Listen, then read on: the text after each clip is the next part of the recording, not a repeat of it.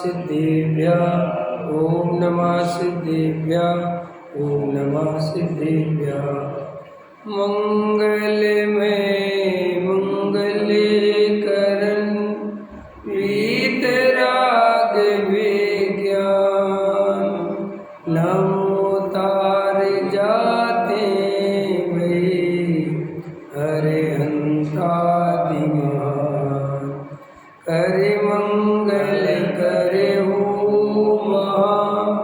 ग्रंथ करन के काज जाते मिले समाज सब पावे निज पदराज। इस भवतरु का मूले जानौ मिथ्या भाव ताको कर निर्मूल अब करिए संतप्त मानस शांत हो जिनके गुणों के गान में वे वर्धमान महान जिन विचरे हमारे ध्यान में।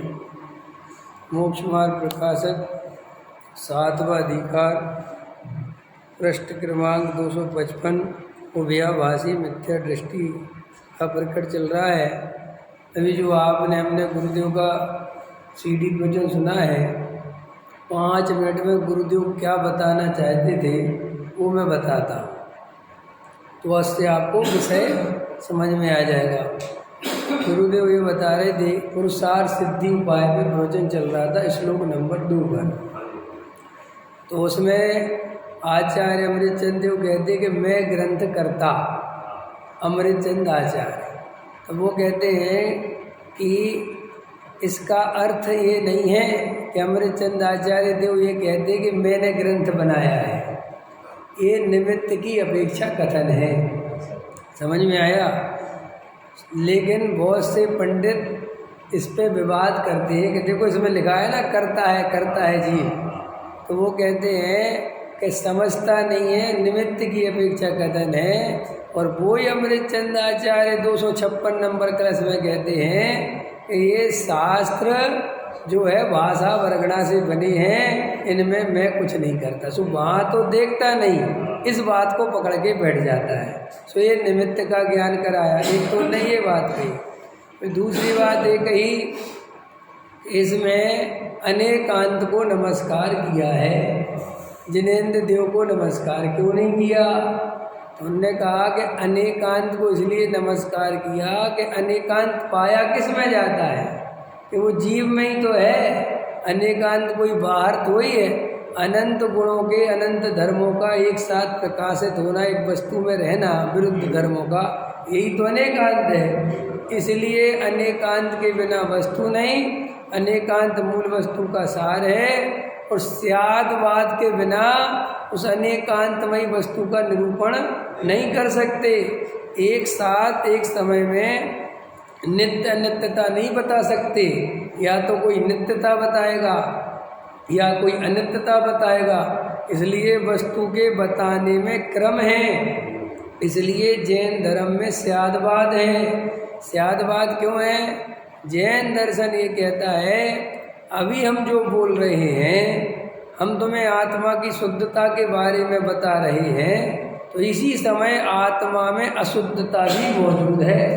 तो कोई ये कहे कि अशुद्धता मौजूद है, तो शुद्धता की बात क्यों बता रहे हैं? कि एक बार में एक ही बात बताई जा सकती। इसलिए अनेकांतमयी वस्तु को स्यादवाद के बिना नहीं समझा जा सकता। फिर भी जैनी अभी भी स्यादवाद नहीं समझते और एक पक्ष को ग्रहण कर लेते हैं। किसी ने आत्मा को पूरी तरह शुद्ध ही मान लिया है, किसी ने आत्मा को पूरी तरह अशुद्ध ही मान लिया है। समझ में आया? जबकि वास्तव में क्या है कि आत्मा जिस समय शुद्ध है उसी समय आत्मा अशुद्ध है, जिस समय आत्मा नित्य है उसी समय आत्मा नित्य है। ख्याल में है ना? तो ऐसा मान ले तो चलेगा कि ऐसा मानना भी ठीक नहीं है। किस अपेक्षा अशुद्ध है, किस अपेक्षा शुद्ध है, वो प्रॉपर ज्ञान होना चाहिए, तब वस्तु की सच्ची सिद्धि होती है। तो ये बता रहे थे कि ऐसे जैन दर्शन में तो अनेकांत और स्यादवाद व स्वरूप है, अन्य मति तो एक विरुद्ध बात ही करते हैं, उनके यहाँ स्यादवाद नहीं, तो वहाँ से तो कभी भी मुक्ति की प्राप्ति होती नहीं। मुक्ति की प्राप्ति तो अनेकांतमयी वस्तु समझने से, स्यादवाद के कथनों का सही निरूपण समझने से होती है। सो जैनी भी नहीं समझते, सो नहीं समझते, सो वे भी चार गति परिभ्रमण करते हैं ऐसा। और क्या बता रहे थे कि पंडित जो है विवाद करते हैं कि ग्रंथ का कर्ता, फिर वो कहते फिर और वो तर्क दे रहे थे कि शरीर जीव के साथ कार्यकारी है। समझ में आया? तो वो तर्क बता रहे थे कि ऐसा पंडित तर्क देते हैं कि देखो साफ साफ लिखा है ना, शरीर को कौन चलाता है? जीव चलाता है, क्योंकि जीव निकल जाता है। तो कहते नहीं, ऐसा कार्यकारी का अर्थ नहीं है। कार्यकारी का अर्थ ये है कि जब ये शरीर में जीव रहता है तब तक शरीर की कीमत है। कि शरीर में जीव करता कुछ नहीं है, लेकिन कीमत कैसे है शरीर की? जीव से। शरीर की अपने आप में कोई कीमत, इसलिए उसको आत्मा को कार्यकारी कहा। किस रूप में? कि वो ही असली खेल है। लेकिन इसका अर्थ कोई ये निकाले कि शरीर का कर्ता धर्ता जीव है, तो नहीं है। इस शरीर में से जब आत्मा निकल जाता है तो जला देते हैं, समझ में, फूंक देते हैं। वो कहते अर्थी पित्त जम से बांधता है, सांस न ले ले। समझ में आया? ऐसा समझ में आया? इतनी बात हो गई। नमस्कार क्यों किया अनेकांत को? है ना, कि भाई अनेकांत ही मूल वस्तु का स्वरूप है, इसलिए वो नमस्कार करना वास्तव में असली नमस्कार है।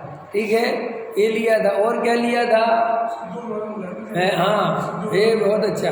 ये लिया था कि ऐसे अज्ञानी जीव कहते हैं कि नहीं, कौन कहता है निमित्त कुछ नहीं करता? देखो ना, सिद्ध भगवान सिद्ध लोक से आगे नहीं जा सकते। कि क्यों नहीं जा सकते? कि धर्मास्तिकाय का भाव है। तो धर्मास्तिकाय के कारण वहाँ तक गति हुई लोकाकाश के अग्रभाग में, और वहाँ धर्मास्तिकाय का भाव हो गया तो रुक गए। देखो ना, धर्म द्रव्य कितना महान है, कितनी ताकत है। तो बोलते ये निमित्त का ज्ञान कराया है। तो वो कहते हैं अज्ञानी जीव की दूसरी बात यह है कि सिद्ध भगवान का जो पुरुषाकार, न्यून पुरुषाकार है, तो वो भी तो शरीर के आधार से है। जो अंतिम शरीर मिला था तो उतना ही आकार मिला। इसलिए हम तो ऐसा मानते हैं कि सिद्ध भगवान भी परतंत्र हैं। पकड़ में आए ना निमित्त की?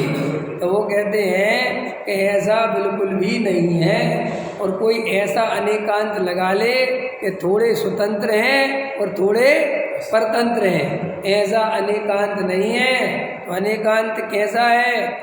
कि सिद्ध भगवान पूरी तरह परिपूर्ण और स्वतंत्र हैं, वे किसी के आधीन नहीं है, ये अनेकांत है। पकड़ में आया? ये तो निमित्त की तरफ से कथन है। वास्तव में तो सिद्ध भगवान पूरी तरह परिपूर्ण सुखी हैं, और वो न्यून पुरुषाकार है जो शरीर के आकार से, उस शरीर से वो सिद्ध थोड़ी हुए, उस शरीर के कारण थोड़ी उनमें कुछ हुआ है। ये तो अपने स्वरूप में रम गए। अंतिम जो शरीर है वो आकार रहता है, सो वो शरीर ने उस आकार में कुछ नहीं किया। तो अज्ञानी जीव ऐसा ले रहे थे कि ऐसे कथनों को पकड़ पकड़ के विवाद करता है और वस्तु का सच्चा स्वरूप नहीं समझता, इसलिए अज्ञानी बना रहता है। इतना आप समझ में आ गया गुरुदेव का? चलो, अब ऐसे रोज सुनोगे तो आपको मूल बात है पकड़ने मिलेगी। आप बिल्कुल चिंता नहीं करना, जो वो बोलेंगे और अपनी कॉपी पेन रखना, तो लिख लिया करो। फिर मेरे से जैसा, मेरा तो जितनी याद रहेगी तो रहेगी, कोई पॉइंट तुम्हें याद रह जाएगा कि साहब ये नहीं समझ में आया, तो अपन उस पर चर्चा करेंगे। ये कहलाएगी गहरी तत्व चर्चा, समझ में? इसलिए चलवाना ये प्रवचन अपने को। हाँ, 5-7 मिनट हम आपको सब समझ में आ जाएगा। और देखो हिंदी में तो आता ही है, आप बस टिके रहना, डरना नहीं। देखो क्या कहते, चलो इसलिए व्रत अव्रत तो माने चाव से सुनना, अच्छे से सुनना। और कॉपी पेन रख के सुनोगे तो आपको धीरे धीरे इतना आनंद, अरे भैया गुरुदेव बहुत गहरी बात लेके आते हैं, समझ में आए, बहुत गहरी।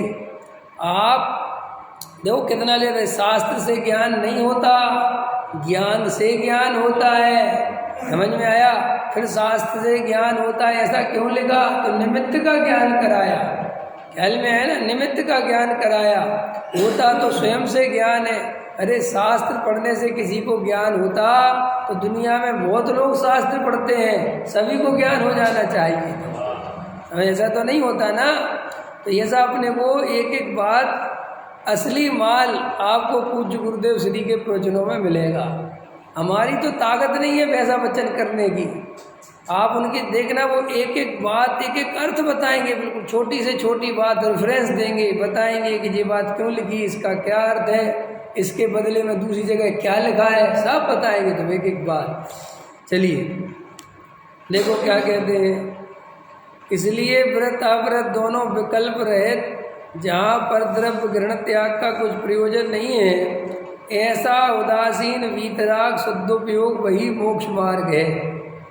तथा निचली दशा में कितने ही जीवों को शुभोपयोग और शुद्धोपयोग का युक्तपना पाया जाता है, इसलिए उपचार से वृत्ताधिक शुभोपयोग को मोक्ष मार्ग कहा है। वस्तु का विचार करने पर शुभोपयोग मोक्ष का घातक ही है।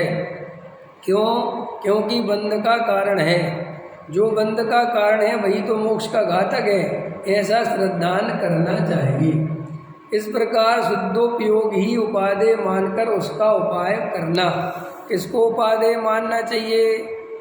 केवल एक शुद्धोपयोग को, और जे अभी उपयोग की तरफ से चल रहा है इसलिए उपयोग को कहा, क्योंकि तीन बातें आई ना, शुभोपयोग, अशुभोपयोग और शुद्ध। वास्तव में शुद्धोपयोग को भी उपादेय नहीं मानना, शुद्धोपयोग भी पर्याय है। मेरे को तो एक त्रिकालिक रूप भगवान आत्मा ही उपादेय। साहब ऐसा क्यों? इस त्रिकालिक रूप भगवान आत्मा में अपनापन करने से, इसमें रमने से ही तो शुद्धोपयोग उत्पन्न होता है। शुद्धोपयोग करने से शुद्धोपयोग नहीं होता। अब कई जीव यही तो अर्थ नहीं समझते, क्या गलती करते हैं, हे भगवान शुद्धोपयोग हो जाए, हे भगवान शुद्धोपयोग हो जाए, तो वे शुद्धोपयोग के लिए क्या सोचते हैं कि राग देश मिट जाए तो शुद्धोपयोग हो जाए। ठीक है, क्या समझते हैं? जबकि ये चर्चा काहे की है? पर्याय की, कि राग देश का मिटना, उपयोग का शुद्ध होना, पर्याय में शुद्धता, ये काहे की चर्चा है? इस पर्याय की, ये द्रव्य की चर्चा तो है नहीं। और पर्याय में शुद्धता काहे के आश्रय से आती है? द्रव्य के आश्रय से। पर्याय का आश्रय जीव ले ही नहीं सकता, क्योंकि पर्याय का आश्रय लेने जाएगा तब तक तो पर्याय नष्ट हो जाएगी और पर्याय बदल जाएगी, तो इसलिए पर्याय का आश्रय तो हो नहीं सकता। अब देखो, शुद्धोपयोग करने वाले कई लोग क्या करते हैं, आँख बंद करते हैं और आँख बंद करके ऐसा सोचते रहते हैं, भगवान मैं निर्विकल्प हो जाऊँ, मुझे कोई विकल्प नहीं रहे। तो वे ये सोचते हैं तो यही विकल्प चालू हो गया। समझ में आएगा कि मुझे कोई विकल्प ना रहे, मुझे कोई, और जे भी तुम कितनी देर तोता जैसा रटोगे। समझ में आया? एक तो ये विकल्प है ही, और एक तोता जैसा रट के कितने देर रटोगे।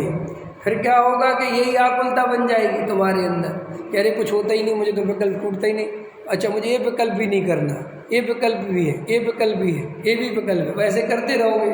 तो ये विकल्प को मिटाने का कोई उपाय ही नहीं है, ये कोई शुद्धोपयोग करने का उपाय ही नहीं है। और मुझे राग देश ना होवे, राग देश ना होवे, कसाय भाव ना होवे, ऐसी माला जपने से कसाय तो मिटती नहीं, राग देश तो मिटते नहीं। तो ऐसे शुद्धोपयोग को उपादेय करने का अर्थ ये नहीं है, ख्याल में है ना। वो तो इतनी सी बात है कि अभी यहाँ पे पर्याय दृष्टि से चर्चा चल रही है, वस्तु का जो बाहरी स्वरूप है, शुभोपयोग, शुद्धोपयोग और अशुभोपयोग और जड़ की क्रिया, अभी तो टोडामल जी इस पे चल रहे हैं, ख्याल में, इसलिए उस अपेक्षा बोल रहे हैं। तो इस प्रकार शुद्धोपयोग को ही उपादेय मानकर उसका उपाय करना। तो अब उसका उपाय करना, शुद्धोपयोग को उपादेय मानकर उसका उपाय करना। बस जी इंपॉर्टेंट, इस लाइन में बहुत अर्थ निकलेगा। शुद्धोपयोग को उपादेय मानना माने प्रकट करने योग्य उपादेय मानना। पढ़ा है आपने, जीव अजीव, आश्रव बंध, संबर, निर्जरा और मोक्ष। तो उसमें कैसे लिया कि जीव जो है वो आश्रय करने योग्य उपाधि है। कैसा है?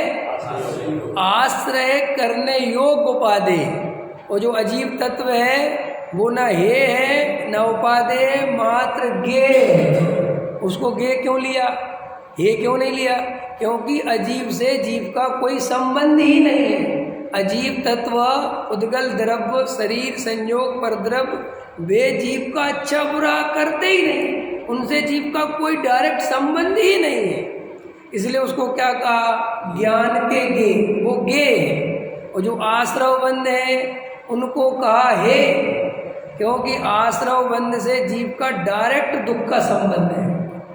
हमें जैसे ही आश्रव बंध होगा आकुलता होगी, लेकिन हम पर पदार्थों को जानेंगे, इससे हमें कोई आकुलता नहीं होगी जब तक हम राग द्वेष नहीं करेंगे। पर पदार्थों को जानना जीव का स्वभाव है।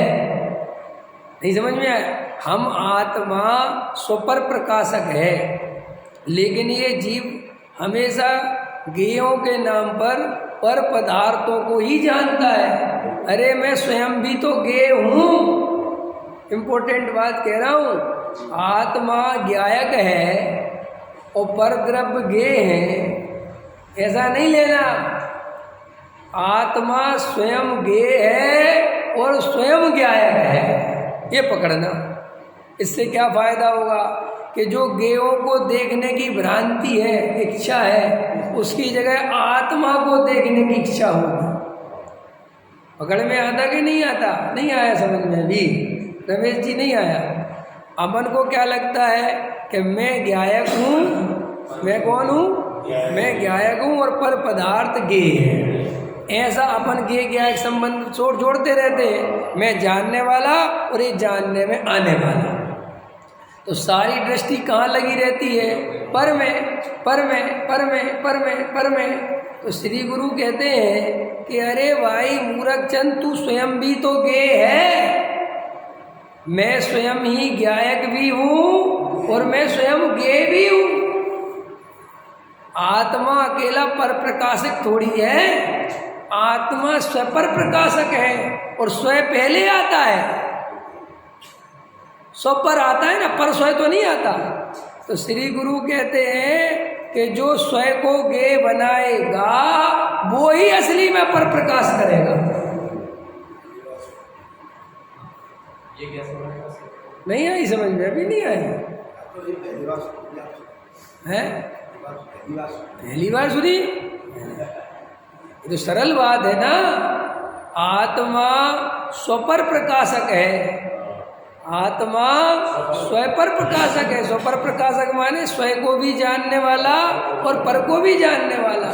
लेकिन अज्ञानी जीव स्वयं को जानने वाला ये भूल जाता है और मैं पर को जानने वाला, मैं पर को जानने वाला, मैं पर को जानने वाला।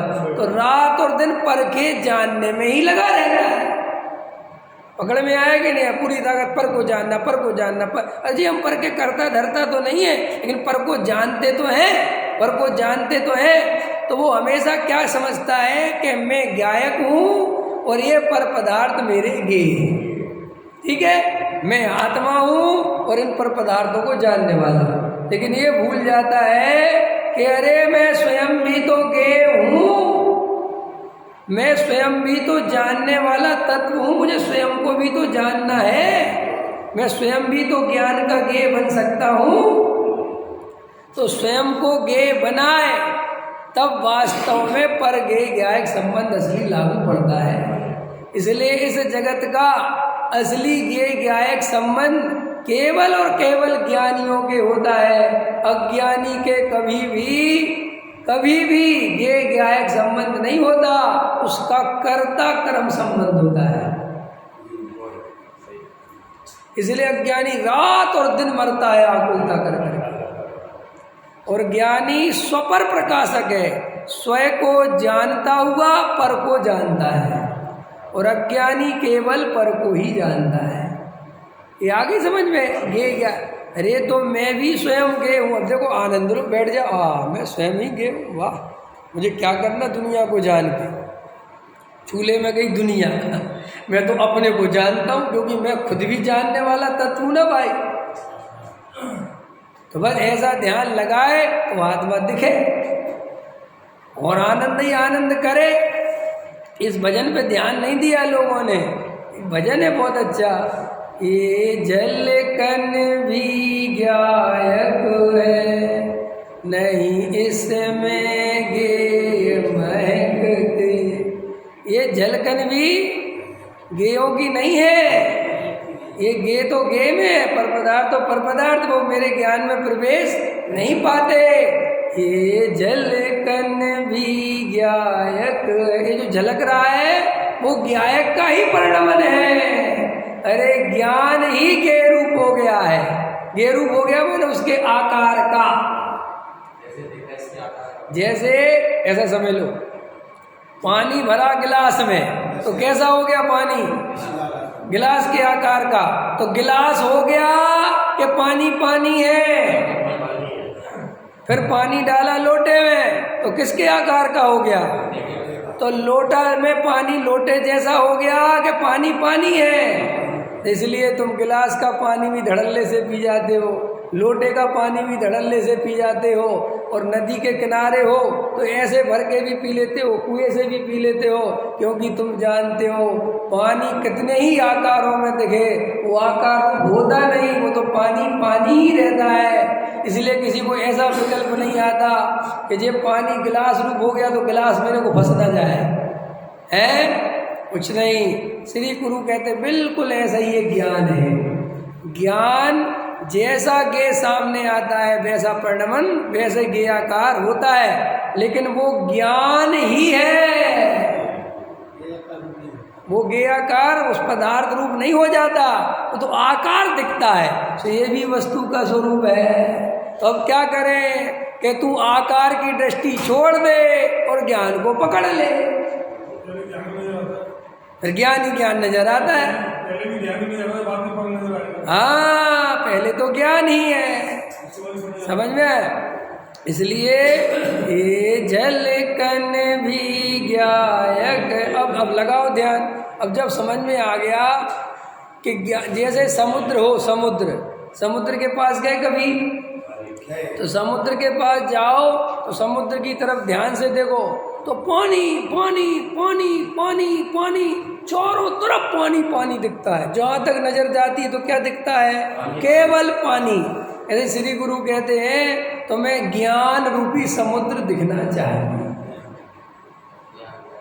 ज्ञान ज्ञान ज्ञान ज्ञान ज्ञान ज्ञान के अलावा कुछ नहीं दिखना चाहिए। बस ज्ञान की प्रतिपल उठे तरंग, जागता उसमें आत्म रामा।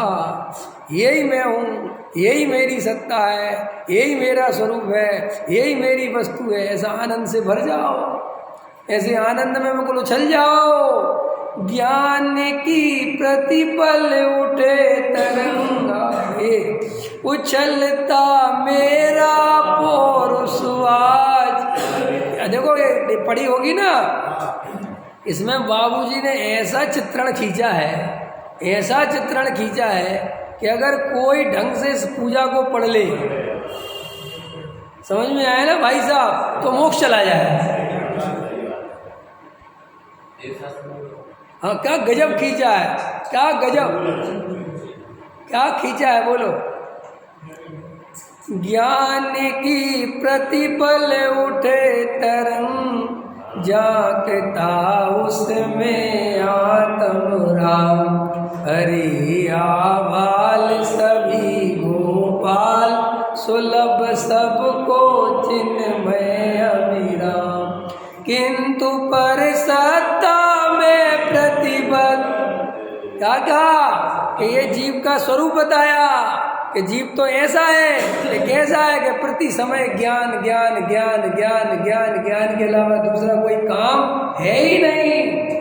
लेकिन भगवान आत्मा सबके अनुभव में आ रहा है, स्वयं अनुभव में आ रहा है, स्वयं अपनी सत्ता बता रहा है। फिर भी किंतु पर सत्ता में प्रतिबद्ध, ये जीव अनादि काल से अज्ञान के कारण पर पदार्थों से बंधा हुआ अनुभव करता है।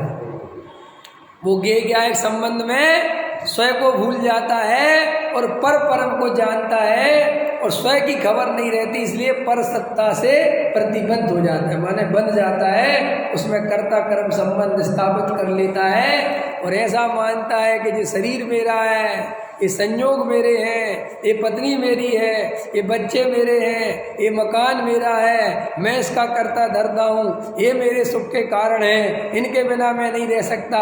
ऐसा उन पर पदार्थों से एकत्व करता है, इसी का नाम है किंतु पर सत्ता में प्रतिबद्ध। कीर मर कट सी गहल अनंत, और वो कैसा हो गया? कीर मरकट सी समझ गया, बंदर, और बंदर ने हाथ डाला मटकी में ऐसा और चना था तो मुट्ठी बंद करी तो निकले, तो क्या सोचता है कि मुझे मटकी ने पकड़ लिया, और तोता खुद ही लटक जाता है। समझ में आया कि नहीं आया? आपको पता है शिकारी तोते को कैसे पकड़ते हैं? ऐसी रस्सी बांधते हैं। समझ में आया कि नहीं आया? और वो ऐसा उसका वो रखता है पकड़ उसकी रस्सी, जैसे उसमें तोते आके बैठते हैं ऐसा करता है तो क्या हो जाता है? उल्टे लटक जाते, तो लटक जाते हैं तो उड़ते नहीं हैं। क्या सोचते हैं? मुझे रस्सी ने पकड़ लिया। क्यों? रस्सी ने पकड़ा तोते को कि तोते ने पकड़ा रस्सी को? बोलो। ऐसे ही कुटुंब, परिवार, मकान, दुकान, इनने हमें पकड़ा है कि हमने इनको पकड़ा है? लेकिन हृदय की बात बताओ, अंदर क्या लगता है? क्या ऐसा पागलपन है जीव को, इसको ये लगता है कि ये सब मेरे कारण सुखी है। क्या लगता है? ये सब मेरे कारण सुखी है, अगर मैं नहीं रहूंगा तो इनका क्या होगा? किसी से पूछो तुम दीक्षा क्यों नहीं लेते? मेरे अरे साहब अगर हम लेंगे तो हमारे परिवार वालों का क्या होगा? रमेश जी कर बसे ऐसे करते कि नहीं करते? हाँ, लेकिन अरे तुम्हारे जैसे कहने वाले रोज जा रहे हैं यहाँ से, ख्याल में आया कि रोज, और वो परिवार तो खड़ा है, वो कह रहे जाने तो। कौन रोकता है? बोलो, रोकता है? अरे कितना शास्त्रों में वर्णन किया, जब किसी कोई आदमी मरता है तो पुत्र आदि 2-4 दिन शोक मनाते हैं, भाई वगैरह तो एक दिन का भी शोक नहीं मनाते। ये जगत के स्वार्थ की वृत्ति है। सहोदर भाई समझते हो? सहोदर एक ही उदर से जन्मे, एक ही माँ बाप की संतान है। बोलो, सगे भाई के मरने पर कितने दुखी होते हैं? कितने होते हैं? खबर भी आती है अपने पास कि तुम्हारे बड़े पिताजी मरे, ठीक है, वो मरे देखो तो कैसे कैसे मेरा भाई मेरा भाई। ये मोह की महा दुर्गंध है। ये मोह में ऐसी स्थिति खराब है जीव की। हम लोग में ही देखो, सगा भाई जो बचपन में खेलते थे और एक दूसरे के बिना नहीं रहते थे, जब वे बड़े होते हैं और अपने अपने स्वार्थों पे आते हैं तो भाई शत्रु के समान दिखाई देता है, और माँ बाप ऐसे मूर्ख है, कहते बाल बच्चे कर लो जी, 4 लड़के रहेंगे तो आपस में मिलके रहेंगे। मूर्ख, तुम अपने बाप अपनी तो देखो, तुम अपने भाइयों के साथ मिलके रहे हैं। और अच्छा जी, हमारी लड़की को, लड़के को समझाता है बहन का ध्यान रखना, मैं चला जाऊं तो बहन के ससुराल भेजते रहना माल पानी, बहन को कष्ट नहीं होना चाहिए। तूने अपनी बहन का कितना ध्यान रखा? किसको शिक्षा दे रहा है मूर्ख? ये मोह की महिमा है, अज्ञानता की चरम सीमा है। जब ये शादियां हो जाती ना, जैसे तो हम रिश्ते नाते तो देखते ही थे, तो हमारी बुआ वगैरह कहती थी कि हमारे भाइयों ने हमें कभी कुछ नहीं किया, लेकिन अब खुद की लड़कियों की शादी हो गई ना तो देखो क्या क्या कर रहे हैं। और लड़कों से कहते फिरते हैं अपने कि हम नहीं रहे तो करते रहना। रे कैसे करते रहना? क्यों करेंगे? ये तो तुम्हारा माल है तो तुम दे आओ। अपनी लड़की को। इस दिन हमारे हाथ में सत्ता आएगी और तुम आउट ऑफ डेट हो गए, शांत रहो। अब नहीं जाएगा, बहुत टाइम हो गया देते देते, बहुत दे चुके। क्या लुटा दे सब? बोलो ये जगत का स्वरूप है कि नहीं? ये क्या क्या रिश्तों में पागलपन है, क्यों मोह करते हैं, क्यों विचार नहीं करते? अरे जगत की ऐसी स्वार्थ वृत्ति, अरे रे किसके लिए मरे जा रहा है? ये पुत्र आदि सगे बिल्कुल सुख के कारण नहीं है, ये तो तुम्हारा यूज करते हैं। जब तक बाप काम का इसका यूज करो, फिर कर्तव्य करते हैं कि मरने के लिए सेवा कर दो, मर जाए शांति से। कोई जगत को कोई दुख नहीं होता, क्योंकि जब तक तुम्हारा मरने का समय आता है तब तक बेटा बलशाली हो जाता है, अपने हाथ पैरों पे खड़ा हो जाता है, उसके अपने बच्चे हो जाते हैं, उसको तुम्हारी रंच मात जरूरत नहीं होती। इसलिए देखो, जब 30-35 साल का लड़का हो, 40 साल का हो, पैदा उसका बाप मरे तो उसे कोई दुख नहीं होता, और वही लड़का 15 साल का हो और उसका बाप मरे तो बहुत रोता है। तो ये कैसा स्वरूप है भाई? 15 साल में था तब बाप से बहुत प्रेम था, और 45 साल का हो गया कोई कहता है अरे तुम्हारे पिता, मतलब कभी कभी तो ऐसा भी देखा गया, कई दफ़े मेरे साथ होता है, जैसे किसी के पिताजी वगैरह मर जाएं या किसी के घर में ऐसी, तो मुझे थोड़ा अंदर से दुख इस बात का होता है, अरे ये बेचारे तकलीफ में होंगे। पता चला अपन गए उनके यहाँ बड़े उससे कि भाई इनके तकलीफ होगी, वो पता चला वे तो हंस खेल रहे, वे तो उल्टा अपन कह रहे अरे भैया आपके, अरे ठीक है हो गया। ओए हम क्या सोच रहे थे? होता है ना कभी कभी है, अपन तो गए थे शोक मना रहे और पता चला वहाँ तो मस्ती हो रही है। हाँ, अरे कई लोग तो जो कमरा खाली हो इसका इंतजार करते हैं। ऐसा देखते हुए भी जगत को मरे जा रहे हो, फिर भी मोह तोड़ने को तैयार नहीं है। मूर्ख, इससे ज्यादा ज्ञानता क्या होगी फिर? क्या बिल्कुल बुद्धि में पत्थर पड़ गए क्या? है पत्थर बांध ले छाती से, कूद जा पानी में जा, कितनी बुद्धि खराब है। फिर विचार करो, बारंबार विचार करो कि क्या कर रहे हैं।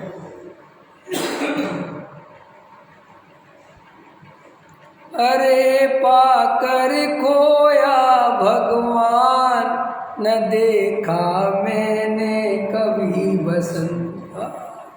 बसंत माने भगवान आत्मा, त्रिकाली ध्रुव।